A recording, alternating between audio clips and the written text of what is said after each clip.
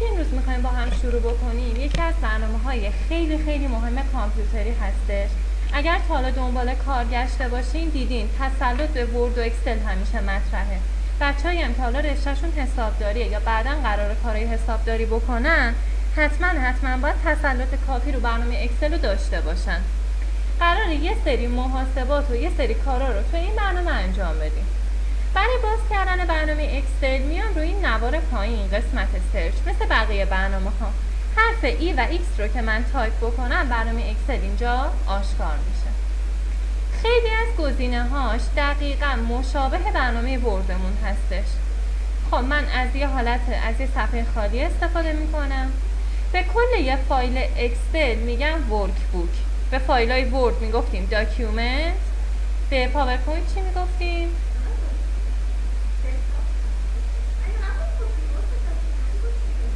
آقای وطنی پرزنتیشن بود.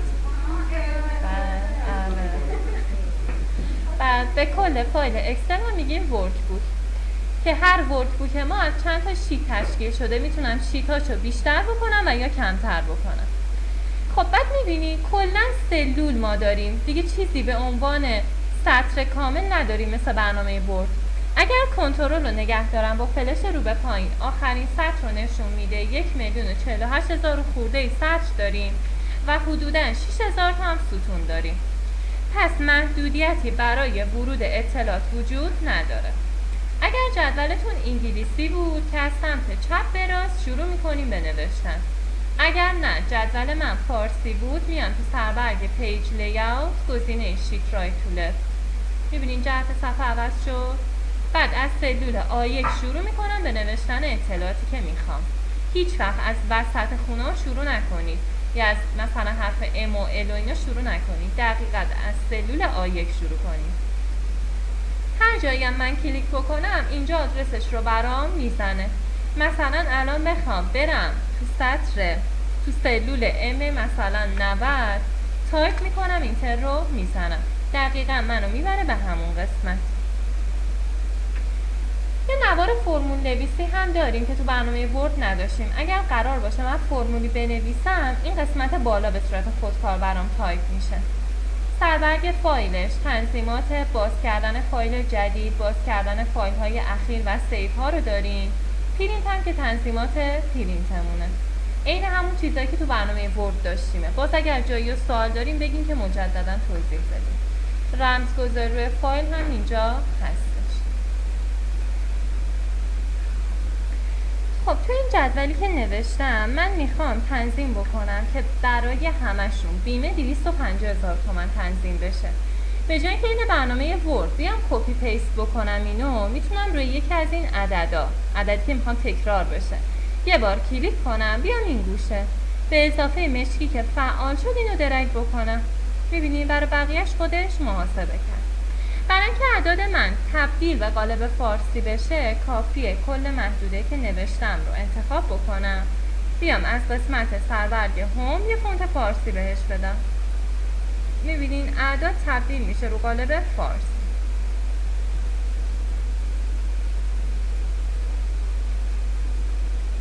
بعد دیگه سایزش رو میتونیم عوض کنیم، بزرگتر و کوچیکترش بکنم، بولدش کنم، ایتالیک، آندرلاین و بقیه مباحثی که داریم. قسمت کلیپبوردمون هم ابزارهای انتقال بود دیگه. و تو قسمت الاینمنت اگر بخوام جای هر نوشته تو سلولش عوض بشه از این جهت ها استفاده میکنم. برای بزرگتر و کوچیکتر کردن سلول ها، سطر و ستون ها مثل ورد نیست من روی این خط وایسم فلش 2 سر بیاد درگ بکنم. یا روی شماره سطرها وای میستیم یا روی ستون ها. وسط دوتا قسمت که وایسم فلش 2 سر میاد. میتونم اندازش رو کوچیکتر یا بزرگتر بکنم. خب اندازه رو که تغییر دادیم از قسمت الاینمنت میگم هر اطلاعات کجا قرار بگیره. اگر بخوام یک کلمه به حالت زاویه دار نوشته بشه مثلا کلمه ردیف، میام توی قسمت اوریتنشن هر سمتی رو که شما انتخاب بکنید متنتون دقیقاً تو همون راستا قرار میگیره. بخوام من برش گردونم با این دکمه آندو برش میگردونم. یا میتونم بیام اینجا قسمت فرمت سل الاینمنت، این اندازه یا زاویه که اینجا زده رو روی 0 تنظیم بکنم. اینم از این. بعد دیگه ما توی این برنامه تنظیمات رایت تو لفت رو معمولا انجام نمیدیم، خودش با توجه به جهت و نوع نوشته‌ای که داریم خودش تنظیم میکنه. خب من میخوام نام خانوادگی 2 قسمتی نوشته بشه. زومش یه ذره بیشتر کنیم. میخوام نام خانوادگی 2 قسمتی باشه، یعنی نام بیفته بالا، خانوادگی بیفته پایین.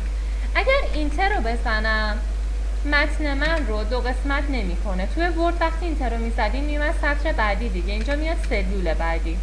پس برای 2 قسمتی کردن متنامون گزینه رپ تکست رو فعال میکنیم. ببینید 2 قسمتی شد.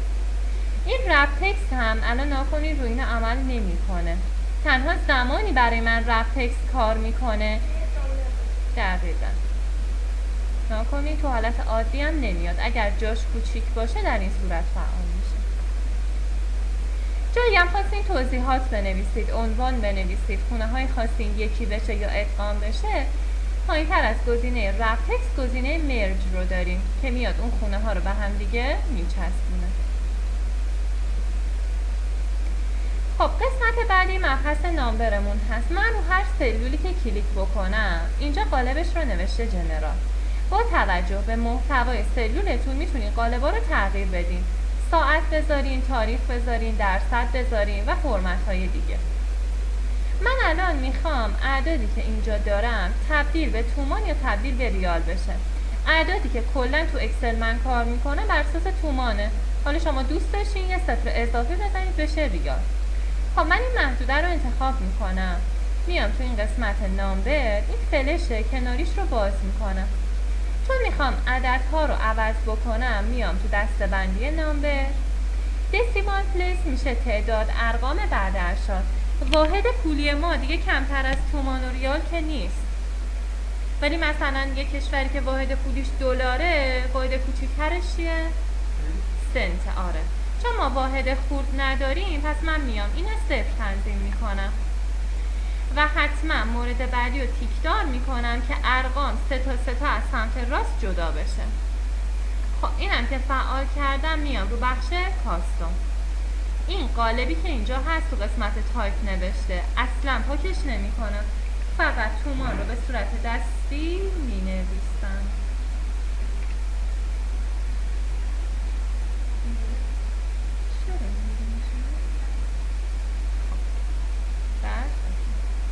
ببینید کنار هر کدوم تومان رو نوشت. اگر خونه دیدین این شکلی هشتگ یا مربع افتاده یا ناخوانه یعنی جای کافی نداره، اندازش رو یه ذره بزرگتر کنید مشکل حل میشه. پس یه بار دیگه برای تنظیم کردن اعداد به واحد تومان، ریال، هر واحد دیگه که دوست داشتیم میام اول قسمت نامبر، این که حتما 0 باید تنظیم بشه، اینم تیکدار و تو قسمت کاستوم متنی که میخواید نوشته بشه رو تایپ بکنید. اگرم بعدن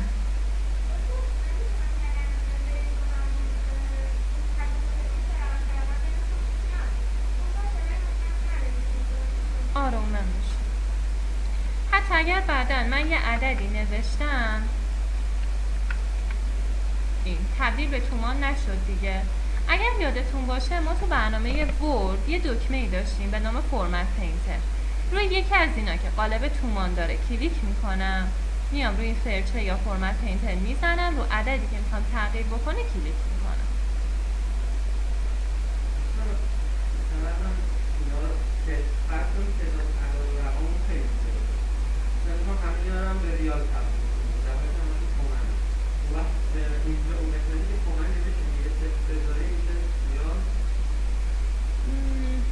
ببین میتونی از اینجا صفرش رو نگاه کن. اگر بیاد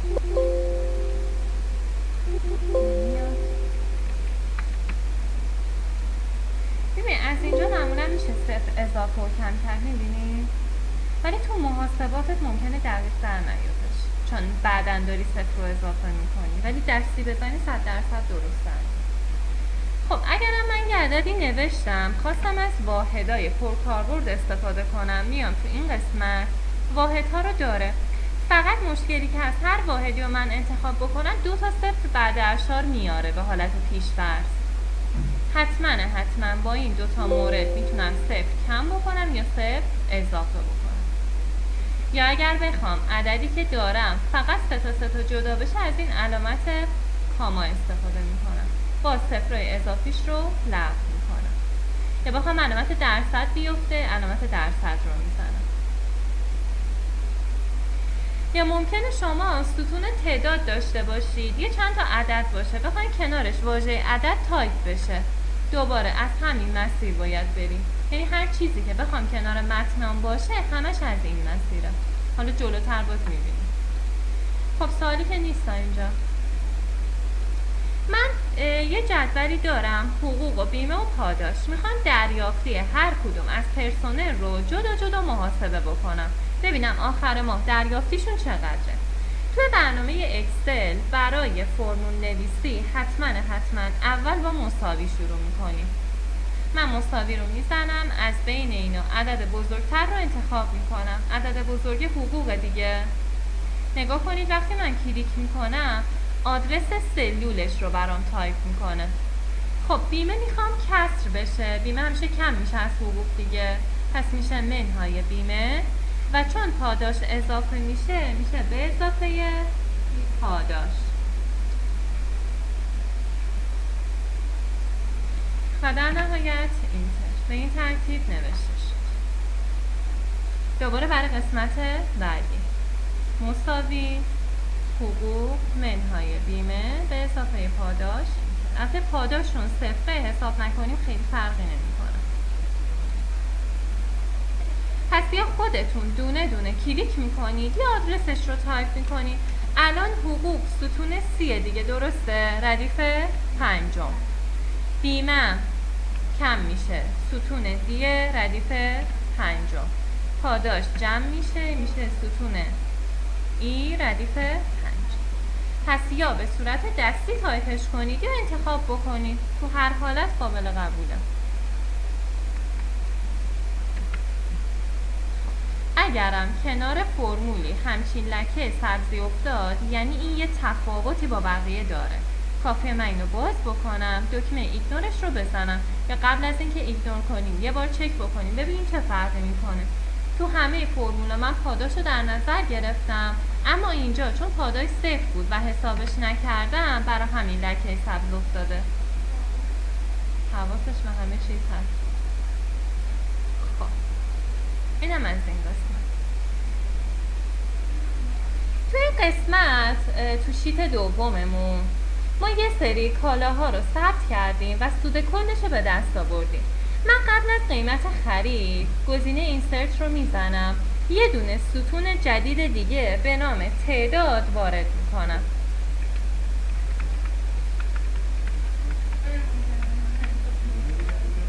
خب میخوام ببینم این سودی که ما به دست آوردیم برای یه دونه کالا بود دیگه. میخوام ببینم تو 50 تا دونه چقدر سود کل من دارم یا چقدر سود میکنم. برای حساب کردن فرمول زمانی که تعداد داریم باید سود یه دونه ضرب در تعداد بشه دیگه، درسته؟ پس هر وقت عملیات ضرب داشتم من مجبورم با پرانتز تفکیک بکنم. توی ریاضی هم ما داشتیم دیگه، اولویت اول با کدوم علامته، با کدوم عمل کرده؟ اول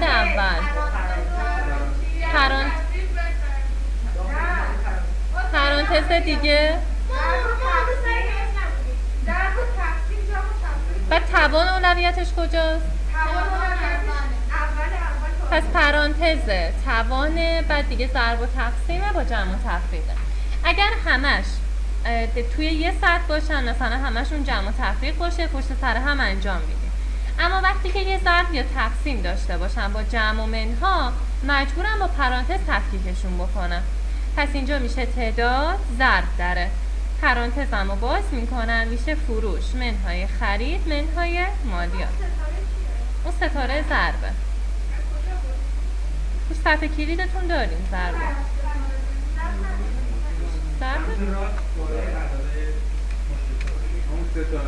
بعد دوباره میشه، حالا فرقی هم نمیکنه اول ضرب کنید یا آخر، قیمت فروش منهای خرید منهای مالیات پرانتز بسته حاصل ضرب در تعداد اینتر.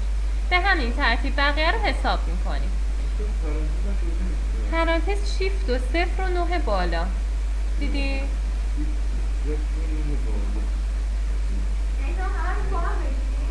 نه دیگه، مثلا شیفت و 0 رو بزنید پرانتز بازه، پرانتز بسته است. شیفت و 9 فقط اگر زبان فارسی باشه برعکس کار میکنن. آره.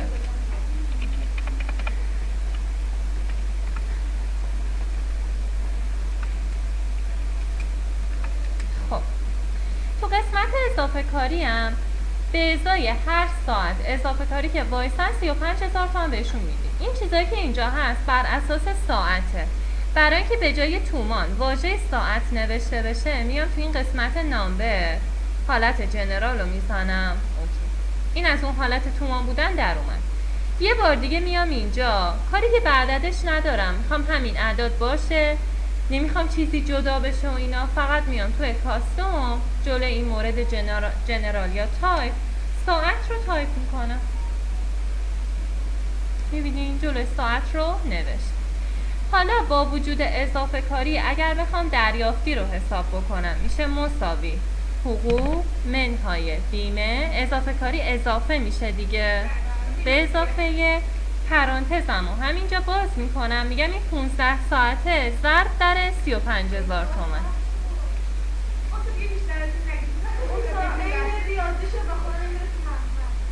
فکر کن میره به اضافه ایام زمان به اضافه حد مسکن.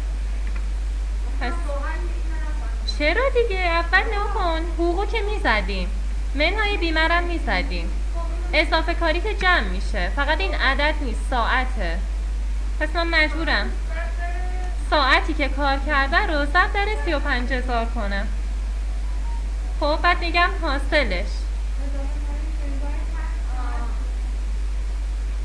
به همین ترتیب که آخر. فقط یه چیزی بچه‌ها، موقع فرمول نوشتن اصلا نیایید اعداد رو تایپ بکنید. حتی یه عددی مثل اضافه کاری که 12 هست، حتی 12 هم نیایید دستی تایپ بکنید.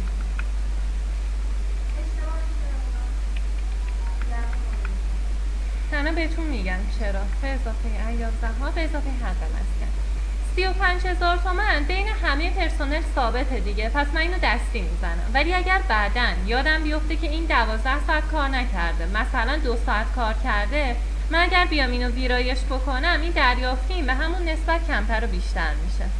ولی اگر دستی تایپ بکنیم مجبورین دریافتی رو پاک کنید مجددا بزنید. خب مشکلی نیست؟